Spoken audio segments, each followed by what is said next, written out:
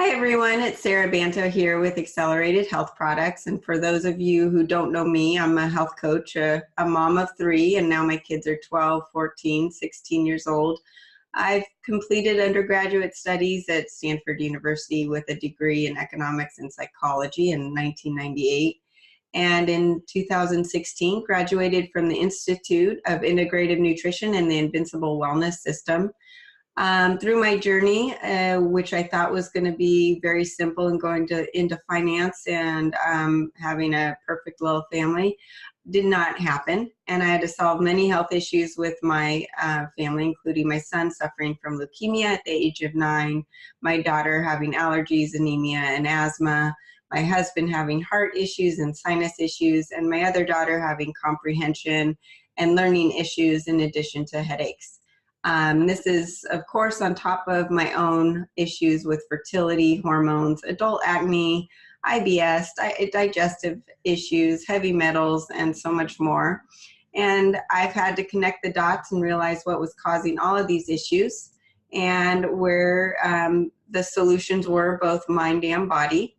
And so with that, I've devoted my life to provide guidance to and natural health supplements and solutions to others. And that is truly my calling. And I'm super excited to have Lisa Jeffrey on the phone with me today, who has somewhat of a similar passion, and she's doing this just through her own journey of health issues, and started out with being diagnosed first with celiac disease in 2015. And after a year, she learned that she also had something called CVID, an immune system deficiency, affecting her killer T cells that requires monthly intravenous therapy for life. She struggles with gluten-free diet and weight gain because it became an issue after her diagnosis. And I want her to tell more of her story, but we connected through someone, and then a friend of someone, and a friend of someone, and she can explain that too. But wanted to have her on to, you've all heard my story enough, and wanted you to hear someone else's and from a different angle. So thanks for coming on, Lisa. Yeah, thanks for having me, Sarah. Do you want to go in a little bit on your background and where this all started in your health journey? Well, I think you gave a really good snapshot, which I appreciate. About 4 years ago, I started with a diagnosis of celiac, and celiac disease. It's an autoimmune disorder affecting the small intestine. So basically, when you're exposed to gluten, it causes severe reaction with a lot of debilitating symptoms, without going into it very scientifically. Okay. So that was a real challenge in the beginning, was just the switch over to the diet. I was initially really happy to be healthy and feeling better just being on the gluten-free diet. But yes, it did cause significant weight gain, because unbeknownst to the mainstream popularity of, hey, like a gluten-free diet is good for weight loss, that's only true if you're actually eating like whole food alternatives and not the processed box stuff on the shelf, or the gluten-free alternatives that are out there, which are great to have, but not too much. Right. Yes. So go ahead. Sorry, go ahead. So I did actually have a significant amount of weight gain, which of course led to the ultimate, self-esteem issues and depression and so on and so forth. So anybody familiar with that knows what that's all about. But I just started sort of reaching out, and even along the way was when I kind of came into your product, the Accelerated Health product, because I wasn't getting answers and doctors weren't figuring me out for 2 years before pre-diagnosis. A friend of mine actually had mentioned Accelerated Silver, and he lives back east. A friend of his that was living with him actually had mold poisoning. So he had started taking your products, and Brent saw the results of that, and he was just like, Lisa, like, why don't you try this? So fast forward, I started taking it, and actually it was helping with different things, because I also suffer from low iron deficiency. Mm-hmm. And so it was starting to help balance that out as well. There's just a lot of things, I didn't realize at the time that I have also a low immune system because of the CVID. So I think the combination between changing my diet, the accelerated product, and yeah, just sticking to more natural alternatives has significantly helped in my health journey. It's really interesting you mentioned iron, because I have always been anemic, and same with my daughter since she was born, and did not change anything except for adding the accelerated silver. And within 2 months, both of us, our anemia was gone.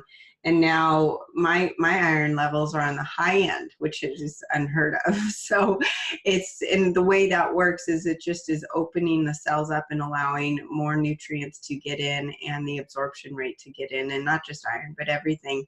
And then as you're talking about the gluten-free diet, yeah, it's just like the fat-free diet that we used to all follow, and you've got the snack wells and you eat a box of them, but it's okay because it's fat-free.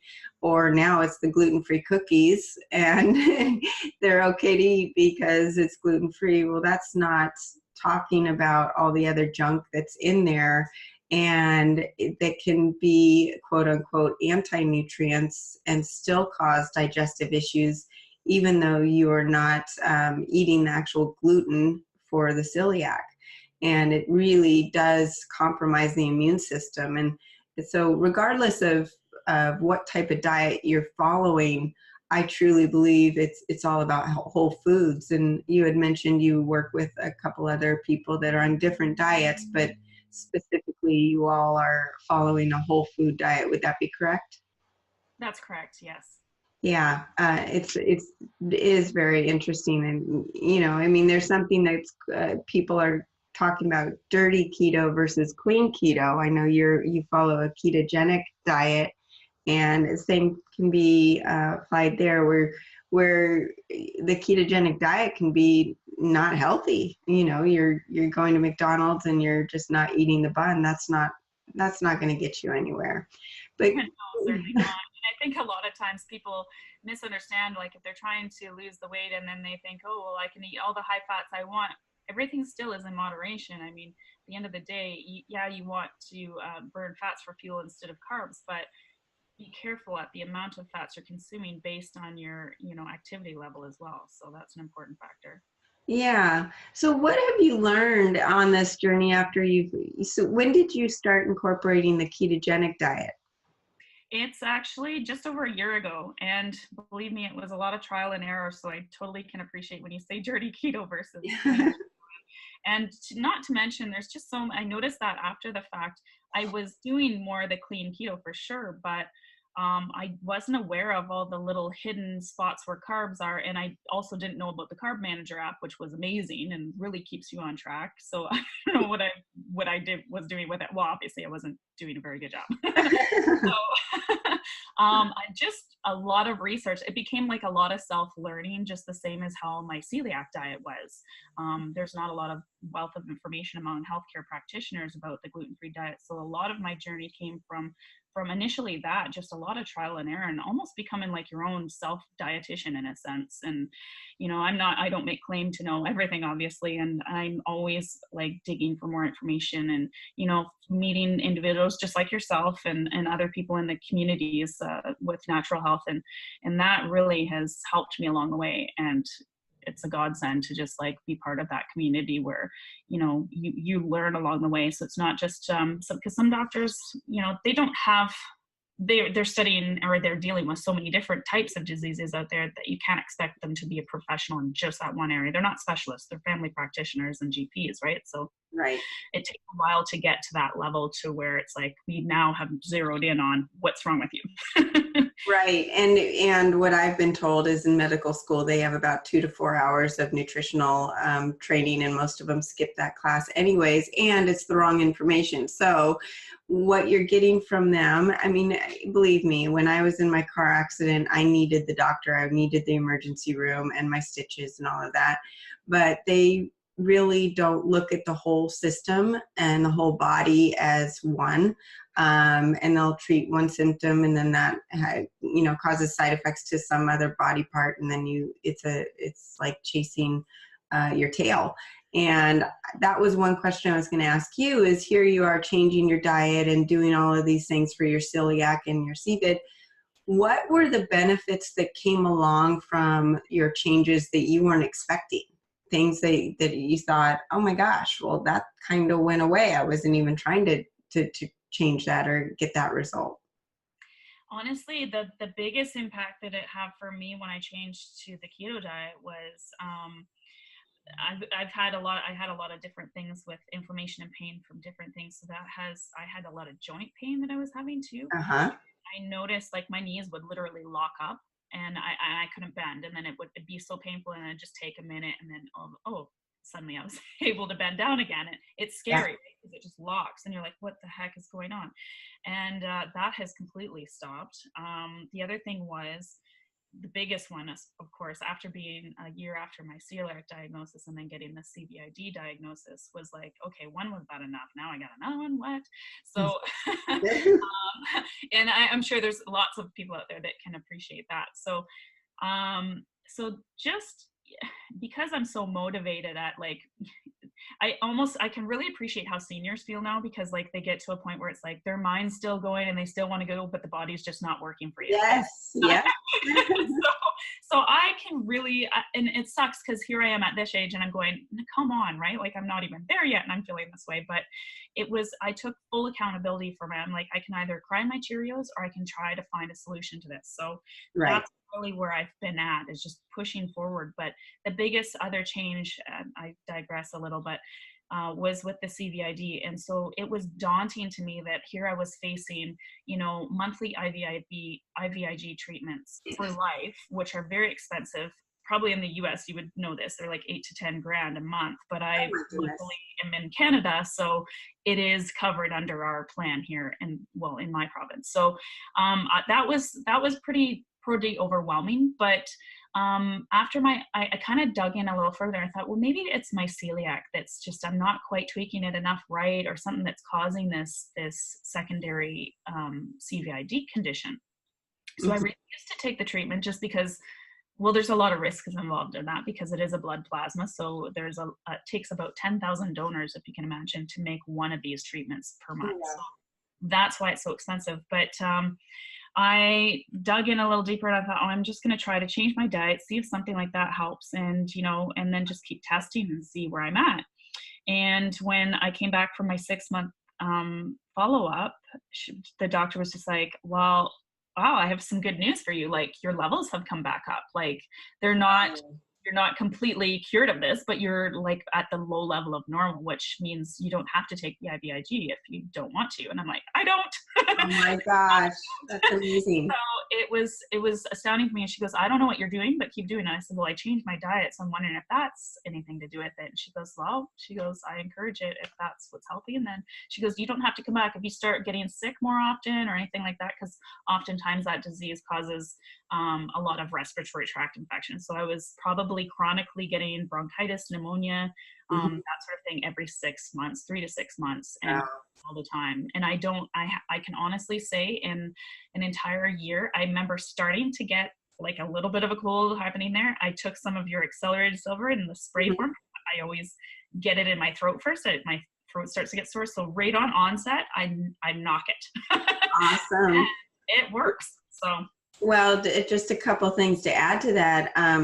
I'm not allowed to tell you to breathe it into your lungs, but personally, with my daughter and her asthma, we have a nebulizer, and you can she put it in there, and she would breathe it straight into her lungs. So when we feel like asthma or a cough would be coming on, that's an option to definitely. And you can't overdose on the accelerated silver, which is amazing. And right now, I don't know about in your area, but where I'm living, we are getting hit so hard with the cold flu symptoms going around, and people are out of school and work. And so I don't know if it's the wind blowing things around or what, but I'm drinking that silver like it's water at the moment. Well, hey, whatever wards off the big bad bugs out there. And, I think it's great in the sense of like, I just wish more people, and this is why I agreed to do this podcast, is to try to get more word out and awareness that, try natural if you can at all possible, because all these antibiotics that people keep pumping into their system are causing these super bugs out there. So it's really important to try to find those alternative solutions. And I know Big Pharma likes to push on the level of, hey, the more sick people are, the more pharmaceuticals and more money they make. But realistically, like, this is your life and long term. And I think, you know, hey, if you can do it naturally first, try that. I mean, it's not going to hurt you. Right. And then the other benefit for what you're doing for your lungs, the keto diet in general has been shown to reduce inflammation in the lungs. It's also been shown to increase the efficiency of your body using oxygen. So there's less pressure on your body to need as much oxygen, and its utilization is more efficient. So it's like a double whammy. And so you eat the sugars and the grains, you're just going to make any sort of lung infection worse. And I'm sure that's part of your healing process as well. Yes, quite likely. I don't know the science behind all that, but I just know what's working and the results that I'm seeing from this as an individual. And, you know, I Yeah. always say to people, like, I've been putting the word out there, and any of my social media and stuff that I have out there is not just, it's not for accolades, and it's not for, you know, show or anything like that. I'm not that kind of person. I definitely just feel like I struggled so much through this health journey, and I just, if I can even alleviate it just a little for that next person along, then I just feel like it's good karma. It's giving back, and hopefully that that helps somebody else. I just love that so much, because that's where I come from, and it's so nice to know that there are others out there trying to help others and spread the good word.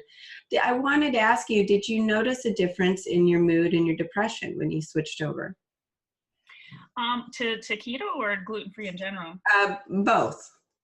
I think because there's a lot of neurological symptoms that do happen with long-term undiagnosed celiac. I was super irritable all the time. I was definitely depressed. I definitely had a lot of things going on medically on top of everything. So once I switched to gluten-free, those things don't happen necessarily overnight. It is a journey, so just be patient with yourself for those out there listening or have similar issues or newly diagnosed. It's a journey no matter what, and it takes time to kind of overcome there's a lot of social isolations. Pardon my, let's do that again. There's a lot of social isolation that can stem from the gluten-free diet, because post-diagnosis it's difficult when you're at outings and different things. So I think there's always a bit of a struggle there until you get used to it, until you get more efficient at it. But with myself, I definitely have noticed, and I also increased my vitamin D, because with celiac, there's a lot of nutrients that you're still not going to get from the gluten-free diet that you need to now supplement. And vitamin D, E, A, and K, I think, are the most common ones, but also some people are deficient in B12 as well as the ferritin. So something to keep an eye on, and just really make sure you follow the celiac.org site and make sure that they're, getting the proper post-diagnosis follow-up, because that's biannually and annually as well. Okay. Well, awesome. Well, before we end, because I don't want to take too much of your time, if you were to give my listeners 3 practical tips, what would you, as they're trying to approach their situation that may be similar to yours, what would you recommend? Well, I think the biggest one, just finding the right people to support you. And just getting involved in the communities. There's free Facebook groups. There's lots of free YouTube channels and things online. Sometimes this can be not only just physically debilitating for people, but financially it can hit them pretty hard too when a disease sets in. So if you're trying to overcome something, just always do your research. Don't just listen to the first person that comes along or the naysayers and anything. If you feel like it's starting to help you, do what's right for you, and especially finding the psychological support as well. So not just friends that understand, but family, and even just, finding perhaps like a psychologist to help you with the transition into what's essentially a new life. So if there's naturopath diet doctors, or you can afford dietitian, it's definitely high on the list. So get out there and get involved, and know that there's other people suffering. It really takes the edge off for sure. It really does. And I remember, you know, before I found keto and before I found natural supplements, I always felt like I was the only one that was suffering. And thank goodness that these communities are coming out and becoming more available, because I feel like everyone's heard of keto, everyone's heard of gluten-free, and the products out there are available, and eating whole foods is becoming more normalized, and restaurants are becoming a little more accommodating, which is nice. So I agree, but to definitely reach out so that you don't feel like you're alone, because you are not alone. And it's a vicious cycle of you eating the wrong foods that are making you physically sick, which then are making you mentally sick, because we have found that gluten and some of these other toxins in the food supply can cause leaky gut, which in short can cause a lack of serotonin and dopamine and GABA production in the brain. So you wonder why you're not feeling well, and you've got anxiety and depression, and and those rates of anxiety, depression, and suicide are skyrocketing. And partly because our food supply is causing our physical body to suffer, and then it's not making those happy hormones, and we think it's just something that's wrong with us. And once you start fixing that physical part of your body, the mental part will come, but you also do need the support of the groups and the community as well. So I really appreciate that point. Yeah, and I think if there's another takeaway, I also really encourage people to, because there's so many toxins being sprayed on our products now, and it's so hard to find like legit organic food, because everybody, the food industry, of course, is pumping out anything and calling it organic, but is it really like authentic organic? If you can buy locally, support your local communities, get out there and go to farmers markets and get stuff that you can talk to the producers and find out how everything is either raised or produced or whatever. But grow your own if you can. I don't know if you're in the position. I'm just in a small apartment myself, but I can't do all the things. I've got a little spot out in the front that I can do with a bit of a garden to grow some potatoes and some tomatoes and stuff, and then herbs, fresh herbs. I love getting herbs in there. There's a lot of great health benefits from natural herbs that I think are also really to your advantage. So get going. Absolutely. And I'm available for anyone. If anyone needs, tips to get going or some advice, I'm always available to help you along the way. And I'm sure Lisa would love to help as well. And do you want to tell everybody how to reach you or follow you on social media? Sure. Yeah, I have my Instagram is just gluten-free keto girl, and that's GF_keto girl. And my Facebook is GF Keto Girl. Awesome. Well, thank you so much for taking time today. And I'm sure this is not going to be the last time we chat. And everybody, thanks again for joining us. And please like this video and share it if you think it can be of help to anyone you know. And we will go from there. Alrighty. Talk to you soon. Thanks, Sarah. Bye. Thank you for joining us today. Leave a thumbs up if you've enjoyed this, and please be sure to check the description below for any additional information. Please don't hesitate to leave a comment or ask a question, as I'd love to answer as many of those as I possibly can. If there's a particular topic you'd like to hear more about, please share that in the comments below as well. Thanks again for joining us, and hope to see you again soon.